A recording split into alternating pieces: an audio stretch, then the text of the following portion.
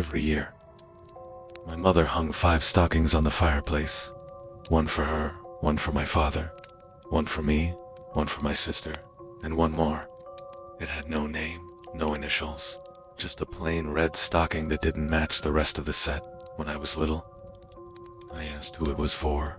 She smiled and said, "It's just tradition." That answer worked when I was 6. It worked less when I was 10. By the time I was 14, it started to get annoying. Nobody touched it. If it shifted, my mother fixed it. Without a word, if it fell, it was the first thing she put back. And on Christmas morning, it was always empty.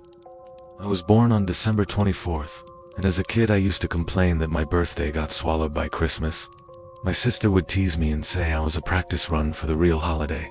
My mother would snap at her to knock it off, then go back to whatever she was doing like nothing had happened. I went away for college. Then I started working. I came home most Decembers. The stocking was always there.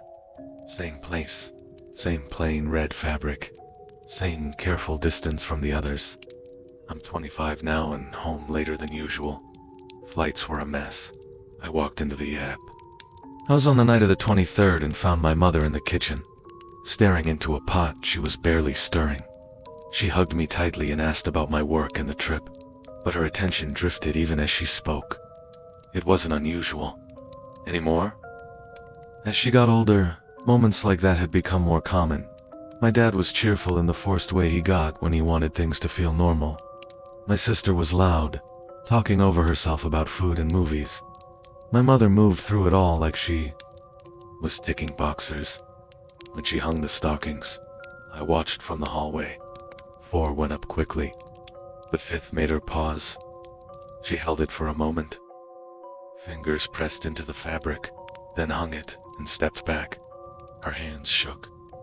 She tucked them into her sleeves like she could hide it. I asked if she was okay. She nodded and said she was fine. On Christmas Eve, the house did what it always did. Cooking, cleaning, wrapping, loud music. My mother kept checking the fireplace, not the stockings. The fireplace itself. There was the small matter of my birthday as well. By then, I was used to it being treated like an afterthought. We cut a small cake like we always did, just the 4 of us. My sister made her usual jokes whenever my mom was out of earshot. After dinner, I went into the living room to turn off the lights and noticed something. The red stockings sagged, just slightly, like something had weighed inside. I stood there longer than I meant to, telling myself it was nothing. Old fabric, a loose hook. But it kept pulling at my attention. I went into the kitchen and asked my mother, casually, if she had put something in the extra stocking this year. She stopped moving, did not turn around.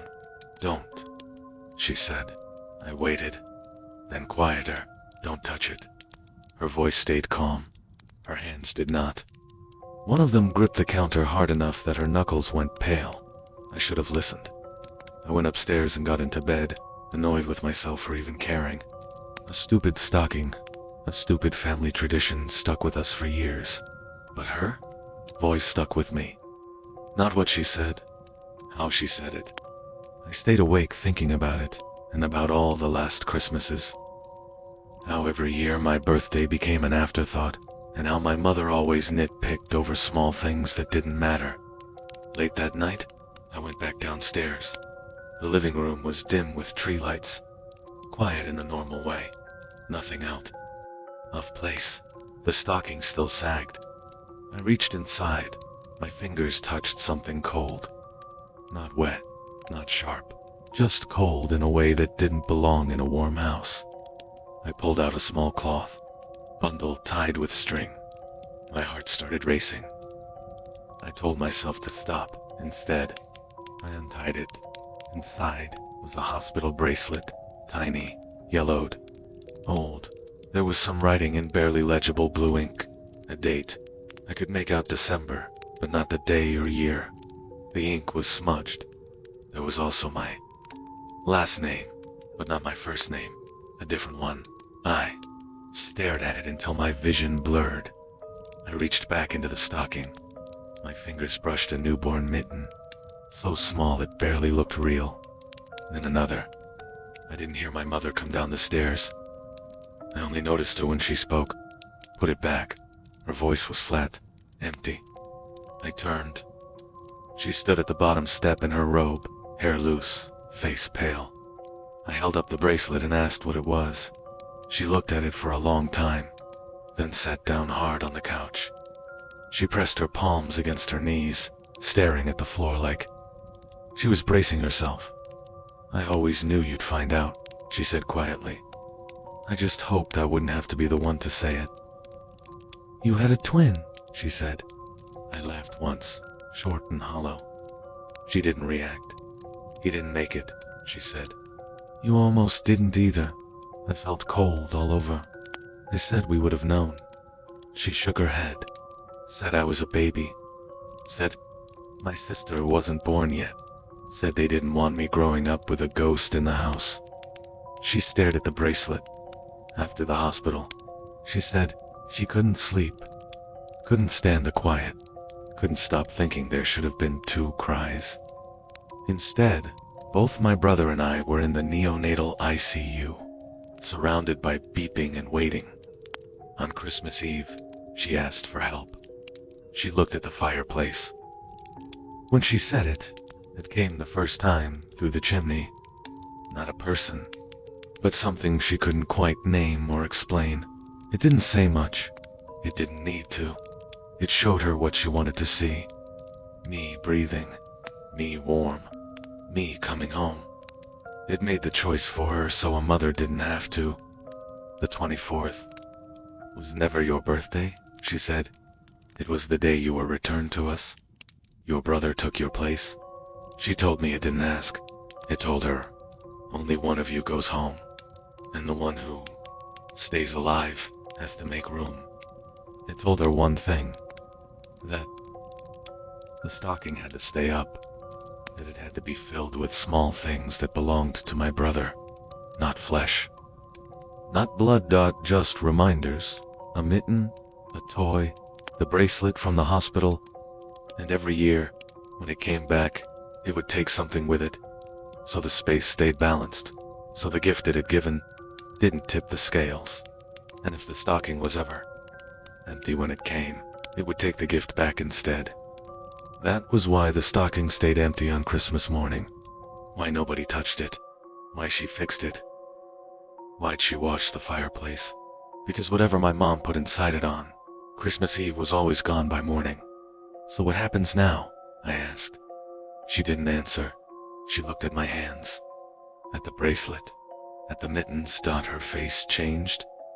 "You opened it," she said. I told her I didn't know. "I told you not to," she said, panic breaking through.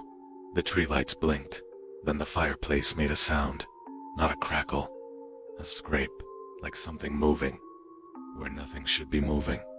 She stood up too fast. "Put it back," she said. I stepped toward the stocking. My hands shook. The bracelet slipped against my palm. The scrape came again, closer. Soot drifted down into the fireplace. She begged me to move fast. I shoved the bracelet and mittens back into the stocking, pushing my hand deep inside like I could undo it. My mother shook her head, hard, at a loss for words. I felt the fireplace thumping, heavy, settling. Ash shifted. Something had come down the chimney, and was in our house. The stocking hung still on the mantel, no longer decorative, no longer harmless. It was a marker. My mother whispered not to move. A shape shifted in the dark, tall enough that my mind refused to measure it. A voice came from the fireplace. Nothing like I've ever heard before. Nothing I could describe. It was empty when I came, it said. "No," my mother cried. "Please don't." It wasn't his fault. He didn't know. The stocking swayed, slow and deliberate, like something answering a call. I understood then that when I reached inside earlier, I hadn't just taken the bracelet. I hadn't just disturbed a ritual. I had taken the space that had been left for him. The voice came again, closer now. I will have what is mine. The gift I gave can no longer stay. My mother made a sound I had never heard before, something between a sob and a plea, but it was already over. I stood there staring at the chimney, finally understanding why my mother never celebrated Christmas or my birthday. She had just been waiting for it to end.